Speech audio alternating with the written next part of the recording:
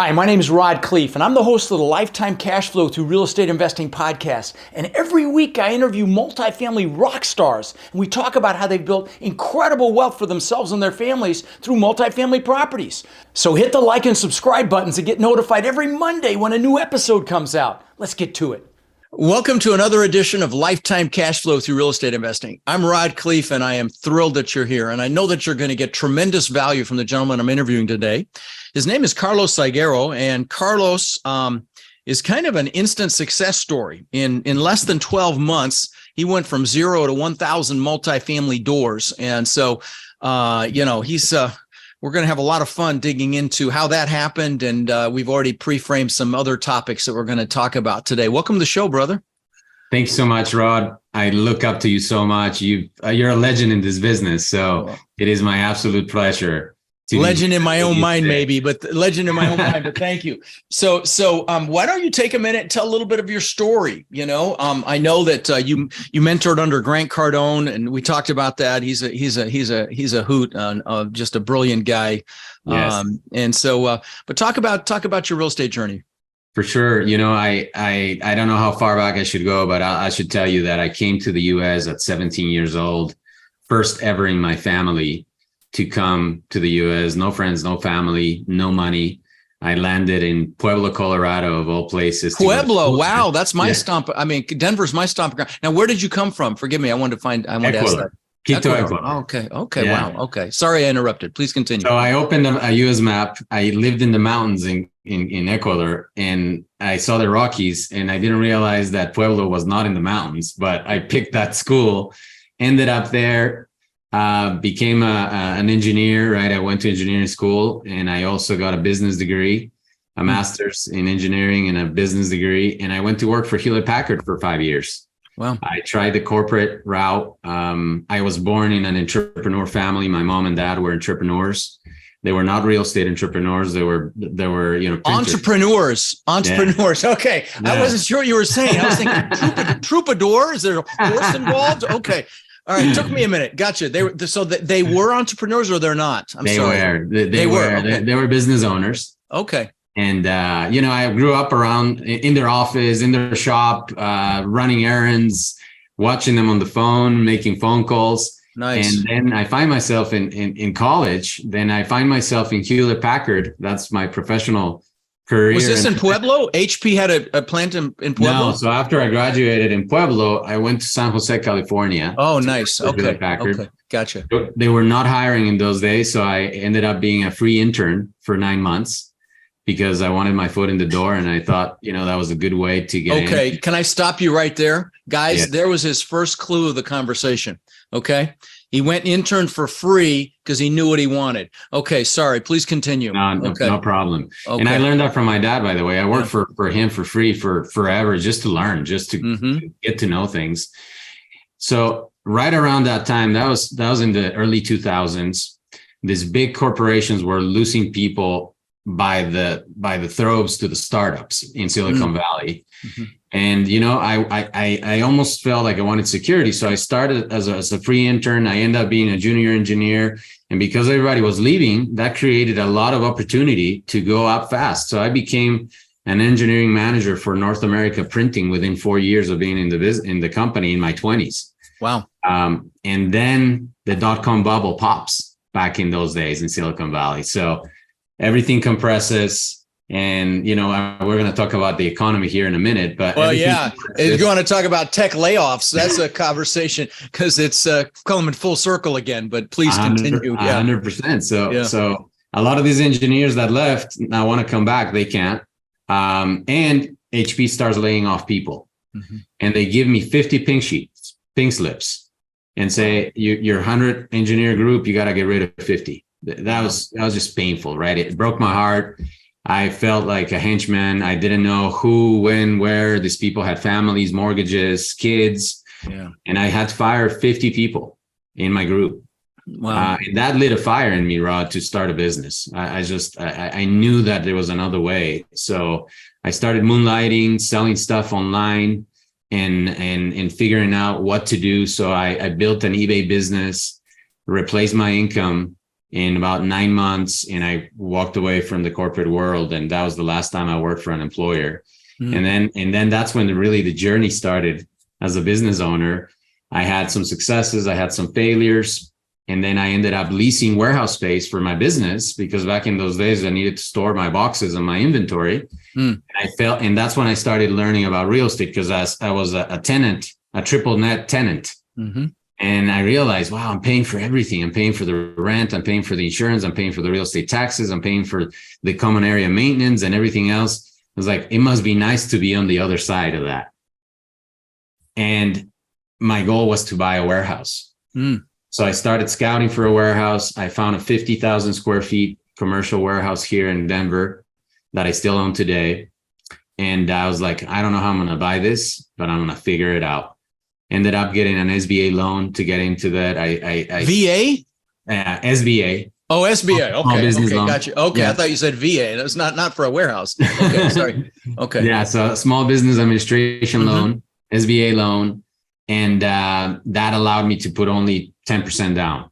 Nice. I didn't have 10% down. So I figured it out. I sold more inventory at cost. I sold some under costs just to kind of get my money, and end up closing in this deal. I had no clue what was going to happen. And I bought this building for $820,000 10 years ago. This is 10 years ago. Okay. Gotcha. 10 years ago that I've owned that property for 10 years. And then, like all of us rookies in the space, I'm like, okay, I need $250,000 to renovate it, because an older warehouse. Ended up being $500,000 of renovation. That almost broke me, but survived it. And then the classic story of you put a fish on a bigger tank, the fish grows to the tank, right? Now I had all this space, and I was like, how do I fill it? So I had to build my business faster and harder. And also I started taking some clients to store their boxes and do inventory fulfillment. So that was the birth of my second company, which was a fulfillment and logistics business. And I learned how to charge by the cubic foot, right? I started charging my clients by the cubic foot. Every box in the warehouse pays rent. And I was like, you know what? I could have a free warehouse. If I have enough clients that pay by the cubic foot, by the box, this whole warehouse, my mortgage, the maintenance, the taxes can be for free. So that was my goal. And that's what got me into commercial real estate in a way. But I kept building my businesses. And then I started getting curious about, what is the best asset class? Is it industrial? Is it single family? Is it multifamily? And then I started buying some homes along the way, single family. We started in Denver, here in the Denver area. Yeah. We started upgrading our own house too. We would move to a bigger house, keep the last one, rent that out, do Airbnb. But I always saw, man, this doesn't scale, right? The small stuff wasn't scaling as fast as I wanted to. And I kept building my other businesses. And then in June of 2020, I had started a supplement business, a nutritional supplement business on the internet 18 months ago. And right during the pandemic, nutrition and supplements and the internet just exploded, as you know, right? Because everybody started flocking online to buy. And our business actually grew to 8-figure status very, very quickly. And I had this big exit in June of 2020. Wow. And I had all this money in the bank, and I was scared because I was like, I don't know how to multiply this money. I know how to make it. I know how to save money, but I don't know how to invest it. And everybody was telling me, oh, you go buy some crypto, go buy some stocks, and I was like, oh man, I don't know it, right? I feel I don't know this. I don't know how to predict it. I don't know what's backed up.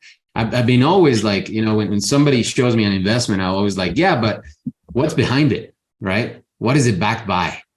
I'm kind of old school. Well, ask the people that invested in FTX. I know, totally, right? And Rod, I have some buddies in the e-commerce space that had exits like me, and they went all in on crypto, and they're sad right now. That's so sad. I've seen literally people crying for losing millions of dollars on social media. Yeah, crazy. Yeah. Overnight. So what was next? So after that, I'm like, okay, then I find myself buying duplexes and fourplexes. I bought a fourplex in Milwaukee, sight unseen, still have it. Cash flow is really nice. triplex in El Paso, Texas. Wow. That was my first. By the way, I want to not suggest that to people to buy things that small out of town. Cause maybe you're having a good experience, Carlos, but I hear from a lot more people that if you just have one small asset like that, maybe you did a turnkey kind of a situation, you are at the mercy of that local management company. So my suggestion is not to do what that right there. 100%. So this was me just trying things out. Sure. And he was kind of the conclusion to that is like, don't do that. Right. Okay. Don't do that because that was a lot of management, a lot of anxiety of, tenants not being taken care of, or the manager, the property's too small, they don't tend to it. So I learned my lesson there real quick. And I was like, you know what, this small stuff doesn't scale well enough. So I need to learn how to buy something bigger. And my gut was telling me apartments, right? So I started shopping for some apartments here in the Denver area. And I didn't know how to go about it. I didn't know how to write an LOI. I didn't know how to underwrite properly. I didn't know how to analyze the deal. I didn't know how the debt would work, right? So I was like, you know what? I need to get myself educated. And a buddy of mine called me and said, you know what? There's this conference in Miami. You should go. Was the 10X conference that was going? Yeah, that last one he did was incredible. He had so many luminaries there. That was the July 2021 conference that I went to. So I find myself 3 days with Grant Cardone in that conference. And all he spoke about was, you got to think bigger, you got to scale bigger. And that's what really pushed me over the edge to go buy my first multifamily property. Nice. I was telling you before we started recording, I've had Grant on my show 3 times and he's just a freaking riot. But I told you the last time I think I pissed him off because I had a vet call in and we took questions. It's very unusual for me to do that, but I did that on the show. I took questions, and the vet said, "Should I use my VA to buy a fourplex?" And Grant's like, "No, buy a 16 unit," because he's 10X everything. And I said, "Grant, come on, dude, that's zero down money. Get into a fourplex for no money out of pocket." And I, like I was telling you before, I think I pissed him off, but he's got a jet and a helicopter and God knows what else. So he's a hell of a lot smarter than I am. But anyway, so you went. And the rest is history? And the rest is history. So after that event, I'm like, you know what? I'm not going to look at smaller deals anymore. And I ended up finding a beautiful property in Murfreesboro, Tennessee. Nice. 84 unit with 37,000 square feet of commercial space in the first floor, right in front of a hospital. Nice. Nice. So a mixed use asset. A mixed use asset. Beautiful Class A in front of a hospital, right in front of a hospital. Literally, you can throw a rock and we'll hit the hospital parking lot. Nice. And the first question that comes to mind is like, what's wrong with this deal? Why is it not selling? Because the location was incredible. The asset was incredible. So when was this? This was October of 2021, right after the summit. Wow. Last year. So market was really hot then. It was. And it was misposted. They posted it as a shopping center instead of a multifamily asset. I found it on LoopNet of all places. No kidding. Where people say that deals go to die. Right. Found it right there. And I didn't know any better. So I picked up. Let me interrupt you for 1 second. Yeah. I want let's have a little teaching moment here. I talk about this a lot in my boot camp and I use that. In fact, I have a slide that says where deals go to die because people say that about LoopNet. But I'm going to tell you, if you're willing to dig deeper, you'll find deals and the deals that have been looked over by thousands of people. But if what I tell people about LoopNet is if there's not a lot of information there visible, get excited. Because everyone else will quit at that point. And we found a phenomenal deal in Tampa that way that nobody called on. The cap rate was too low at the time. This was years ago. It was 6%. I'm like, I'm not paying 6%. I mean, this is back when 6% was like an A-class asset cap rate. Yeah. But you dug deeper and it was a hell of a deal. And so, and I'll tell you something else. Another little quick tip, guys. Very often brokers will misclassify or mislist stuff. Like my brother, I bought a farm up in Georgia for about $300,000 less than it was valued at because they put it in the wrong MLS. And I tell my students, if you're going to buy multifamily, get a relationship with a residential broker as well, because a lot of times, if somebody buys a house through a broker and they own a 10 unit, they'll go to that same broker to sell the 10 unit who hasn't got a freaking clue how to market that 10 unit. So he'll put it in the residential MLS, and you can get deals that way with the, in the residential MLS. Anyway, I just wanted to take a moment and elaborate on what you just said, because that was really insightful. And that was exactly what happened. Yeah. These guys had posted under a shopping center listing. And, the title even of the property said a lot of vacancy in the commercial space. So I think that deterred a lot of people that was like, oh man, something's wrong with this deal. Right. I just looked at it and saw the picture, picked up the phone, called the broker and said, hey, this property looks amazing. The location looks amazing. Tell me about it. And I just kind of heard him ramble for 30 minutes telling me how amazing it was. Right. That they had great tenants. Morgan Stanley is one of our tenants. A plastic surgeon is one of our tenants. An OBGYN clinic is one of our tenants. Doesn't get any better than that. Wow. Okay. So I'm like, wow, I need to be there right away. So I booked a flight, and I have a very good friend of mine that is my partner that lives in Nashville. So I called him and said, hey, James, you gotta drive to go see this property today. So he's like, yeah, I'll go. So he goes and he FaceTimes me from the property. He's like, Carlos, this place is amazing. It's unreal. Wow. You got to be here. So I flew down there, and, I asked a question to the broker, and I said, hey, do you mind if I meet the seller when I'm there? Wow. Right. Very unusual, by the way. A lot of times they won't do that, but I know. And you didn't know any better. So you just did it. When you don't know, you ask these questions that most brokers will like grimace at, but that's awesome. So he actually lined up a meeting. So he lined up for the seller to give us the tour. Wow. And, he said, oh, let me check. And I didn't feel much resistance. So I was like, let me check. So he calls me back. He's like, actually, the seller wants to give you the tour. Do you mind? I'm like, not at all. That'd be amazing. So we land there, and the seller takes us, and he was the developer. Wow. And he built it. Okay. He built it. He lived in it for 10 years at the penthouse of the property, and has 2 commercial units. Still today, he's my tenant. Wow. And he just gives us a 2-hour plus tour, showing us every nook and cranny, every detail.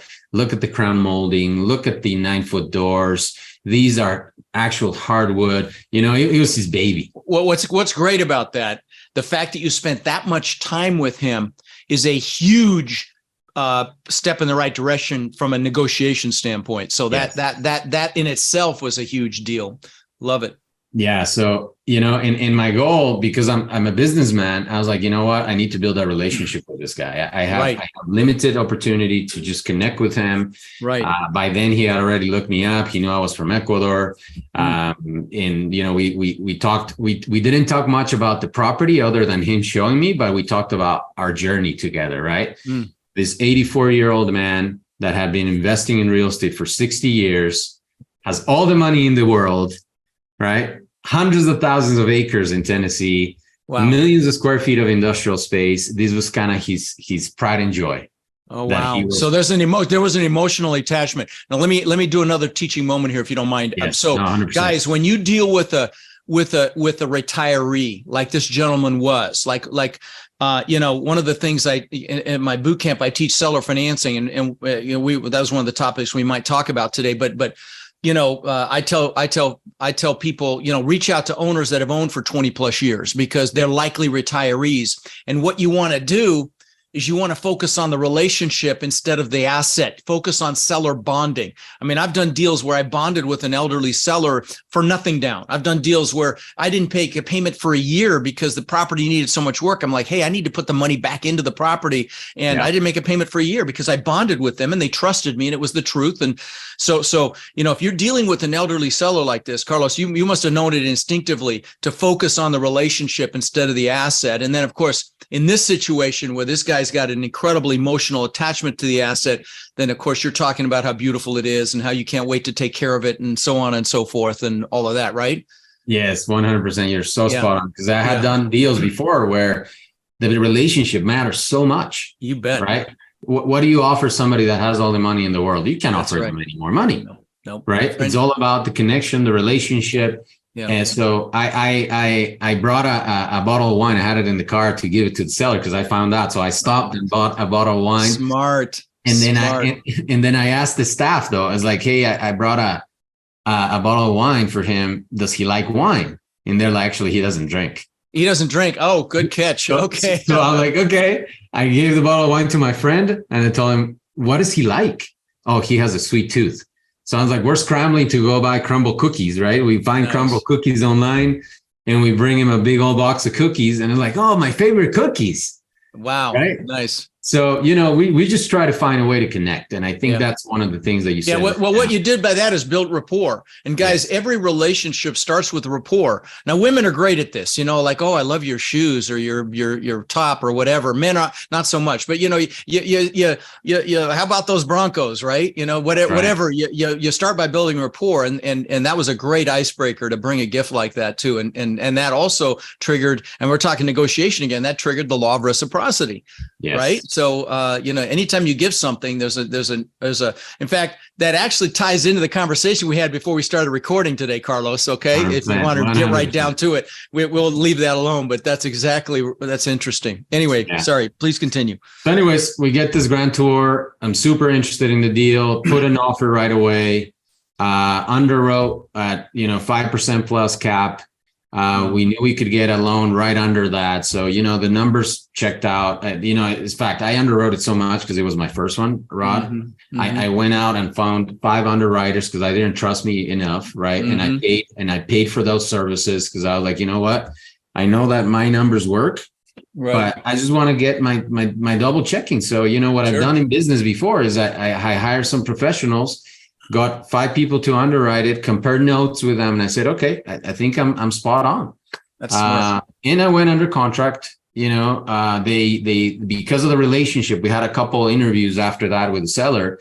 The broker told me you're competing with a $50 million liquid group from New York. Oh, wow. Hang on. Before you move on, that's incredible. That ties right back to the relationship you built. But I want to mention something. You talked about having other people underwrite your deals. And guys, it's so important. It's so freaking important that you have people that say, hey, that try to talk you out of doing the deal. And that's why, my Warrior coaching program, my students now own somewhere upwards of 130,000 doors that we know of. And I've only been teaching 5 years and super proud of that. But most of those done between Warriors where they're checking each other's work is the point I wanted to make. So I don't care if you join my Warrior program, but make sure you get into a group like that you can, or hire it like you did. You did the easy, quick ways. You just paid to have people review your stuff. So I wanted to mention that. But so you were up against somebody that could pay cash, that no contingencies, no nothing, no, definitely could close. And wow, and you still got the deal. Yeah. So I was asking, so what would get me the deal? I know my competition. What would make me the deal? It's like, Carlos, you got to have a little shorter due diligence period. You got to put more money down after the due diligence, and you got to lock in with, and I don't know if this was the right way, but it got me the deal. He's like, the broker, I think, kind of also took advantage of me a little bit. He said, you got to use our lender. You got to use our capital group. That's not necessarily a bad thing though, Carlos. I will tell you because, and I'll tell you just another teaching moment. If you are dealing with a big national brokerage that has their own lending group, like a Marcus and Millichap or a Newmark, or a lot of these big ones have their own capital groups. And I will tell you, when you use their guy, a lot of times you get some of the behind the scenes negotiation that's going on, because there's 2 commissions at play here instead of just one. So, okay. So I'm sorry, please continue. Yeah. So I'm like, you know what? I love the deal. I know I want it. I know the location's amazing. I know that the city was booming. Right. All this stuff, all the boxes checked. Right. So, I kind of pushed it all the way, paid asking price, met their contingencies, and we went under contract. And, it was that, but it was not an easy journey once we were under contract. And we started the contract in October. And I don't know if you recall, but interest rate talks started right around November. So it started getting a little shaky. The lender started getting a little bit nervous. During due diligence, we found just a couple little things in their financials that, the lender didn't necessarily like. And I was like, okay, what do we do? So, this got a little more extended. The seller was a little slow in providing us, and that happens with 84 years old. Operations. You're gonna get that. Yeah. So anyways, we end up being under contract for 5 months instead of the 90 days that we were supposed to. What happened to the rate? What happened to your interest rate? So my rate went up to 50 basis points, right? Wow. Now, here's one thing that I think I feel so grateful for. The lender gave me two choices. He said, Carlos, you can get a floating rate for a little bit less, but you got to pay for the cap insurance, right? Which was hundreds of thousands, or we'll fix it at 50 basis points, which ended up being 5.25, right? Now, at the time, I was like, you know what if rates move? So I was like, you know what? It works with 5.25. Just fix it. So did you do like a conforming debt like Freddie or Fannie on that and do it? No, it's a bridge. It is a bridge, but it's fixed for 3 years or 3 years plus 2 year plus 3-1-1. So a 3-1-1. Okay. Yeah. So you got 2 1-year extensions. Okay. Correct. Okay. So lock the rate. Now here's the second part of that. Okay. 2 weeks before close, they're like, we need to take $1 million away from proceeds. And I'm like, man. So you had to raise an extra $1 million. By the way, how did you raise? How much money did you have to raise before that point? $5 million before $5 million. that point. Okay. And you did that through your meetup, or how did you? I did that through my meetup. I did that through my network, my e-commerce network. I had built. Gotcha. Since I had the logistics business, I had logistics. Oh yeah, so you had a lot. You already had a nice Rolodex, as it were. Okay. Yeah, gotcha. but you know what? Here's the point, though. To that point, I had never raised a penny in my life. Because I took from my dad was one of my first mentors, and he was the typical business owner that wouldn't try to get a loan, wouldn't ask for money to anybody, bootstrapped everything. Gotcha. Right? Yeah, gotcha. So I acquired those good habits. That mindset. Me too, man. Me too. And it was real hard to raise money the first time. I feel you. Okay. Yeah. So anyways, go that. And so my first thought was, let me go ask the seller for the money. Let me swing, right? Swing the bat, book the flight, ask for an audience with the seller. Let's sit down in the room, and I dragged everybody in that room. And this was kind of funny because when you say everybody, what do you mean? The broker, the lender broker. I dragged them all in there because the communication was a little poor towards the end, where they're trying to negotiate with me and they take the $1 million away. I was mad, right? I was angry. I was like, man, I want this deal. I don't want this to blow up. By then, I was $600,000 hard in this deal. Right. So I sit the seller. The relationship was instrumental in this, right? Sure. Because right now I'm like, I explained the journey, and then I'm like, hey, would you give me the $1 million? Would you finance the $1 million to us? And he thought about it for a little bit, turned us down. Did he really? Yeah, he turned us down, which I was like, that's okay. But that just, again, lit a fire in me to go find $1 million in 2 weeks. And I just made more phone calls, right? Sure. Made more phone calls. I ended up, loaning the property some of the money, but then I filled up the rest. Nice. And we closed the deal. And sometimes you do that. You got to loan the deal some money, and sometimes you can backfill that too. You can pay yourself back by doing post-close raising. We've done that before, where you just raise money after the closing. But okay. Yeah. Okay. Yeah. Exactly. And you got her done. Got it done. Love it. In the last 8 months, Rod, we've signed 3 commercial leases, triple net, $29 a square foot average. I was performing $200 increase on the residential. We're up $450 average bump on the rents. So the deal has gone from a $20 million deal to now we estimate the value is $29 million. Yeah. 30. I was going to say 30 million is what it sounds like. That's fantastic, man. Good congratulations, brother. Thank you. And a lot of and you got that whole go big or go home from Grant, obviously, because most people start with a much smaller property than that. Yes. And so you just went for it. You said a couple things I want to circle back to. You've had some ups and downs. You're an entrepreneur. Yes. And I'm an entrepreneur. I've built 27 businesses, and I don't call them seminars I don't call them failures when they fail. I call them seminars when they fail. And several worth, a lot of money and most spectacular flaming seminars, and as it relates to failure, we fail our way to success. And that, right, Carlos? You're as an entrepreneur, you're like a shark. You only die if you stop swimming, right? That's so true. Look, that's it. You just don't give up, man. And so, you got some great framework from your parents, obviously. And Denver's my stomping ground. I don't know if you knew that. I mean, I can still name every street between Havana and Kipling because I owned houses on most of them. Oh, yeah. Wow. Yeah. So my building, so that you have some reference, is right on Federal and 92nd. Federal and 92nd, dude. That's where I grew up, man. There used to be a big shopping center up there. That's right there where the Boulder Turnpike is. I went to high school at Random High School at 84th and Zuni, right there, man. I live 3 minutes away from that. Rob. No kidding. Well, yeah. That's hilarious. Yeah. Sorry to bore you guys that don't live in Denver, but I wanted to ask you where your warehouse was, just because I'd know exactly where it is. I mean, like I said, that the thing about Denver is all the streets are alphabetical, going north to south, and you can, I pretty much still know them all. It's hilarious because I used to knock on doors of people who were in foreclosure. That's how I bought, I had 500 houses there at one time, and some apartment complexes too. But yeah, I'd knock on doors of people that were in foreclosure. So there's a clue for those of you that want to buy single family. It takes some oomph, to go up and knock on somebody's door and try to help them, So, let's talk about negotiation for a minute. We talked about that. We pre-framed that, and we don't talk about that much on the show here. I've had, Chris Voss, like I told you, that author of Never Split the Difference, the FBI hostage negotiator, brilliant guy on the show. But, let's talk about some negotiation strategies. Like, we just talked about seller bonding, which with an elderly seller is a must do. But what else? What other strategies can we talk about, Carlos? I think one of the things is, like, you only know what you know when you're sending an LOI, right? You don't have all the intel on the property.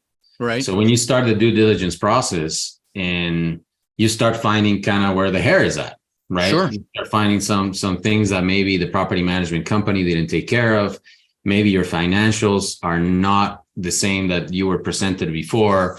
So, this gaining some intel along the way that you can use for a possible retrade if you need to retrade on the price or the terms. So I'll tell you a couple examples that let me stop you for 1 second. Sorry. Yeah. Now, first of all, don't be the person that's known as retrading a lot, because this is a small world we live in. So you want to be careful with that. If there was something misrepresented or left out, or something discovered in your process, then absolutely you should retrade. But the other thing I want to mention, though, is when you talked about doing some initial due diligence, I would tell you to do it before you even write the offer. Find out, when did they buy the property? What sort of debt do they have on it? Try to get as much information as to why they're selling, because that will also give you an edge. So please continue with your thought. Okay. Yeah, totally. So, this is information that you just have to kind of state the facts. So, like, for example, if you're in due diligence and you find out that extra expenses all of a sudden showed up because you checked invoices and you compared them against the financials, and, they're spending an extra 30 grand a year on something, then you just have to be, I think one of the things that I've learned is you just have to present the fact to the broker and say, look, this is what we found. How do we come up with a solution? What's the solution for this? Because all these things erode the value of the deal. Sure, in a big way. Yeah, in a big way. Or, for example, you go under contract and suddenly you have a huge vacancy drop or increase. I'm sorry, you're right. It goes from the 90 percentile that you looked at it, or the rent roll that they presented you, and then halfway in the diligence, now you're down 10% or something like that. Well, that should be in your contract, especially if you're getting conforming debt, because if you drop below 90, you're not going to be able to get your conforming debt because you have to be 90% occupied for 90 days. It's 90 for 90. So that is a big deal. That one, that's a big one. Okay. Yeah. So just being very, very aware of these details, especially when you're doing your first deal, is like, we don't know what we don't know. Right. So just monitoring this along the way. And then, I think one of the things that I use for negotiations, like, I just present the facts that I find so that I can prepare the soil. So when the time comes about, hey, let's talk about the price. Let's talk about the terms, because there's many ways to skin the cat. Sure. One might be a price reduction if that is warranted because of the value. Maybe the income went down or the expenses went up while you were in due diligence. Number two, or they were misrepresented or not, or left out unintentionally, whatever. You never know what the actual story is, but yeah. Exactly. Second thing, it might be, how about a credit for that vacancy? So that, we see, okay, this is going to take us 6 months, a year to fill that gap, that 10%, 15%, whatever. How about you give us a credit to make up that difference? So that, because who is on my side is like my investors, right? I promise my investors a certain return, and I want to make sure that I fulfill that promise to my investors and that return. Yeah. And or the mighty seller carry, right? Sure. Is like, look, I don't want to hurt your price. I know you probably have a promise to your investors. But like you said, if you have intel on what their debt is on the deal, and if they have a lot of equity, maybe you keep $5 million in the deal, right? Maybe seller, you keep $5 million in the deal, either as a note or as an LP. Or so, come stay in the deal as a passive investor and put that money back into the deal. Yeah, that's very common, by the way, guys, is to have a seller remain in a deal. And I'll tell you, especially with an aged seller, it's to their benefit to get a preferred return of 7 or 8% and stay in a deal versus put their money in a bank, because most elderly sellers are not going to put their money into another high risk investment. They're interested in cash flow. So I'm going to tell you, if let me just talk about seller financing for a second. If you're out there marketing to sellers that have owned 20 plus years, first of all, their tax write-offs are gone because they're fully depreciated. Secondly, again, they're not going to take that money, put it into a high risk investment. They're going to throw it in the bank at 1% interest, 2% interest, whatever, maybe 3 now. But if you can offer them, 6, 7, maybe even 8% interest. And guys, don't get scared about these higher numbers. When I started, it was 18%. Okay. Wow. And I was doing backflips when it hit 7. That's a true story. Okay. so trust me, the numbers have to make sense. Yes, the numbers are going to change if it's 3% versus 8%. But if you can offer a seller a higher interest rate and secured by the asset that they're familiar with, I mean, that's a home run. If you have an elderly seller and you don't make that offer, you're screwing them. You're screwing everybody around, because it's a big mistake, because usually it's to their benefit, honestly, to carry. It really is. So you agree with me, Carlos? 100%. I think that one of the things that sometimes we are like, hey, you shouldn't even ask, right? But like you first, you lose nothing by asking. That's right. You don't know really what the true motivation is of that seller.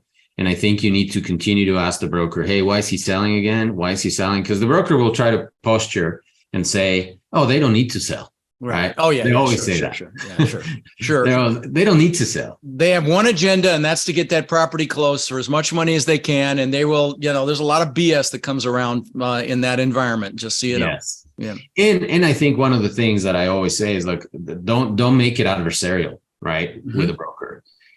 Communicate with them like, look, man, we're on the same team.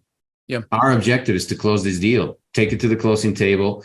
You guys make your commission. We get our property so that we can go make some money with our investors, and the seller gets what he wants. And I'll say this, don't make it about one deal either, because I can tell you a broker can make you wealthy.